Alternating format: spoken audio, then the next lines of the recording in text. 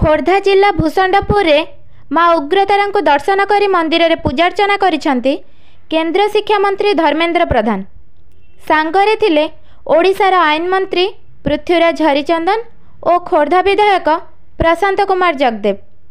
मंत्री श्री प्रधान माँ उग्रतारा मंदिर उन्नतीकरण संपर्क में मंदिर परिचालन कमिटीर वरिष्ठ सेवायत और स्थानीय नेतृवृंद मान सहित आलोचना कले। मंत्री गस्त को नहीं पुलिस प्रशासन पक्षर सुरक्षा मध्य कड़ाकड़ी करा जायथिला। मां को दर्शन कर सारिबा परे मंत्री भुवनेश्वर फेरी। खोर्धारू ज्ञानरंजन दास का रिपोर्ट, सठिक न्यूज ओडिशा।